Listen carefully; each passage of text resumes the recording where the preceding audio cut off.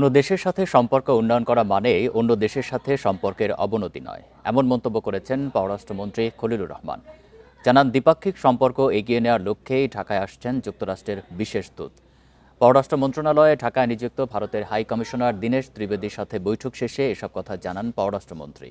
তিনি আরও জানান, প্রধানমন্ত্রী তারেক রহমানের ভারত সফরের আমন্ত্রণ পর্যালোচনা করছে ঢাকা। পারস্পরিক স্বার্থ অক্ষুণ্ণ রেখে দুই দেশের সম্পর্ক পুনর্গঠনে আগ্রহী বাংলাদেশ।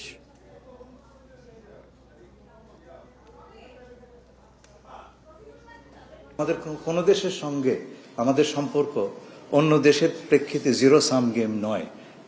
একজনের সম্পর্ক ক্ষতি করে আরেকজনের সম্পর্ক বৃদ্ধি করছে, আমরা কখনোই সেটা করব না। আমাদের স্বার্থকে এগিয়ে নিয়ে আমরা সম্পর্ক বৃদ্ধির চেষ্টা করেছি।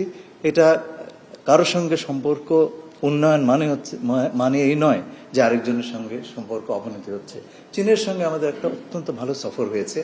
ভবিষ্যতে যদি ভারতে আমাদের প্রধানমন্ত্রী যান, আমরা আশা করব সেই সফরটিও অত্যন্ত ভালো হোক।